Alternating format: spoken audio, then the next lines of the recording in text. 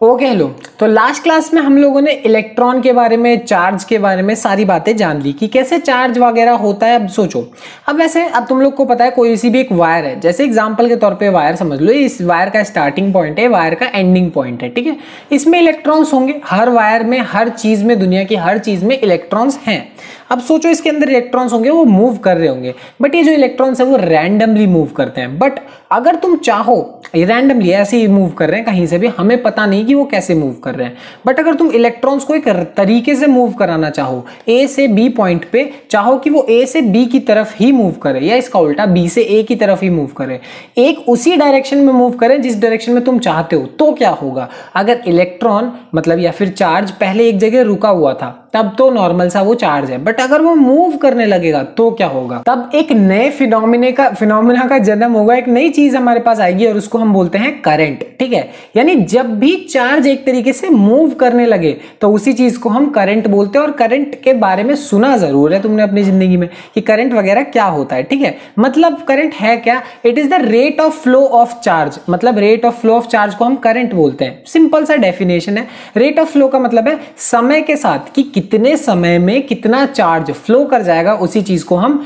Current बोलते हैं। हमारे पास 1 मिनट में कितना चार्ज फ्लो कर गया, 2 मिनट में कितना, 3 मिनट में कितना, कितने समय में कितना चार्ज फ्लो कर गया, उसी चीज को हम क्या बोलते हैं? करंट बोलते हैं। ये सिंपल बेसिक सी बात है, ठीक है। अब यहां पे हमारे पास, अब देखो इसी चीज को अगर मैं मैथमेटिकली लिखूं तो क्या लिखेंगे? I is equals to Q/T, ठीक है। यहाँ पे I क्या है? करंट को हम I से डिनोट करते हैं, और Q क्या था? चार्ज, जो कि मैंने तुम्हें लास्ट क्लास में सिखाया। तो Q है वगैरह वगैरह, ये सारी की सारी बातें। तो चार्ज हो गया, करंट हो गया, ये वाली बात। अब यहाँ पे सिंपल सा एक एग्जांपल तुम अपने मोबाइल फोन का ले सकते हो। किसी पावर बैंक से अगर चार्ज कर रहे हो तो तुम लोगों ने देखा होगा कि कोई पावर बैंक जल्दी चार्ज करता है, कोई ज्यादा चार्ज करता है। कहने का मतलब वो है कि किसी में रेट ऑफ फ्लो ज्यादा है, किसी में कम है को, तो वहां पे भी एक तरीके से चार्ज मूव कर रहा है। तो जिसमें जितनी ज्यादा तेजी से, जितना ज्यादा चार्ज मूव करेगा, उतनी ही जल्दी हमारा फोन चार्ज होगा। अब इसमें बहुत सारी बातें होती हैं कि हमारा फोन कैसा है, वो पावर बैंक कैसा है, तार कैसी है, वो सब बात अलग है। बट कहने का मतलब यही है कि यहाँ पे ये भी एक तरीके से सिंपल एग्जांपल है किसका? करंट का, जहां पे एक तरीके से जो चार्ज है वो क्या कर रहा है? फ्लो कर रहा है, ठीक है। यहाँ पे एक और चीज जानने वाली है, और वो क्या है? SI unit.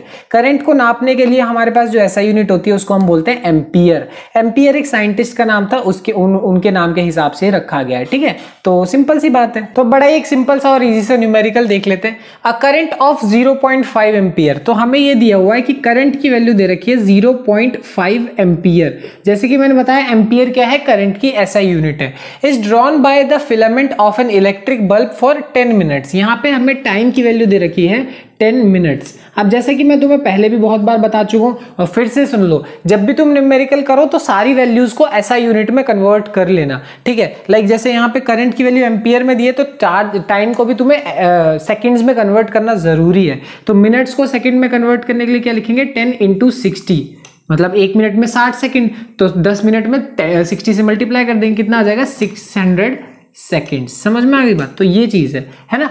तो मेरे पास टाइम की वैल्यू भी आ गई 600 सेकंड्स। अब बोला find the amount of electric charge that flows through the circuit. Simple सी बात है ना, कि यहाँ पे I इज इक्वल्स टू क्या होगा? Q/T। ये सिंपल फॉर्मूला, इजी सा फॉर्मूला। I की वैल्यू कितनी है? 0.5। करंट की वैल्यू हमें निकालनी है, और टाइम की वैल्यू हमें कितनी दे रखी है? दे रखी है मतलब 600, ठीक है। तो यहां से Q इज इक्वल्स टू 0.5 × 600, जो कि कितना आ जाएगा? 300 आ जाएगा। Q is equals to 300 coulomb. भाई साहब, खूब सारा करंट है कि नहीं? तो तुम नोटिस कर सकते हो करंट की वैल्यू, चार्ज की वैल्यू आ गई हमारे पास। तो ऐसे हम आराम से निकाल सकते हैं। यहाँ पे इस न्यूमेरिकल को ना पढ़ने और समझने का एक और तरीका ये भी है कि हमारे पास 300 कूलम चार्ज, एक तरीके से 300 कूलम जो चार्ज है वो 10 मिनट में फ्लो कर गया, ठीक है। तो 10 मिनट में 300 कूलम चार्ज फ्लो कर गया। यही चीज हमारे पास दूसरे तरीके से भी हो सकती है कि बताओ फिर 1 मिनट में कितना करंट होगा। तो चलो 1 मिनट की बात करिए। 1 मिनट का मतलब टाइम की वैल्यू कितनी हो गई? 60 सेकेंड्स, ठीक है। और 1 मिनट में कितना चार्ज अगर मान लो हमें निकालना है, तो अगर चार्ज निकालना है तो निकाल सकते हैं। तो सोचो, ऐसे समझ लो कि अगर 10 मिनट में 300 कूलम चार्ज फ्लो कर गया तो 1 मिनट में कितना करेगा, है कि नहीं। तो 10 से क्या कर दो, उसको डिवाइड कर दो। तो बस 300 को 10 से डिवाइड कर दो, कितना आ जाएगा 30, 300/10 मतलब 10 मिनट में 300, तो 1 मिनट में 300/10 मतलब 30 कूलम चार्ज। बस डिवाइड कर दिया तो हमारे पास आई की वैल्यू फिर से क्या आ गई, 0.5 एम्पियर। तो तुम नोटिस करोगे, चाहे तुम क्या नाम है 1 मिनट के लिए निकालो, चाहे 10 मिनट के लिए निकालो, हमारे पास जो आंसर आएगा वो करंट का कितना आएगा, 0.5 एम्पियर ही आएगा। तो करंट एक्चुअल में है क्या, कि कितने समय में कितना चार्ज फ्लो कर गया, यही चीज को हम करंट बोलते हैं। सिंपल सी बात है, इसको कॉम्प्लिकेट बिल्कुल मत करना, बस चार्ज फ्लो करा दो, कितने समय में वो करंट हो गया। ठीक है, सिंपल सी बात। आज की क्लास के लिए इतना ही, मिलते हैं अगली क्लास में, बाय बाय।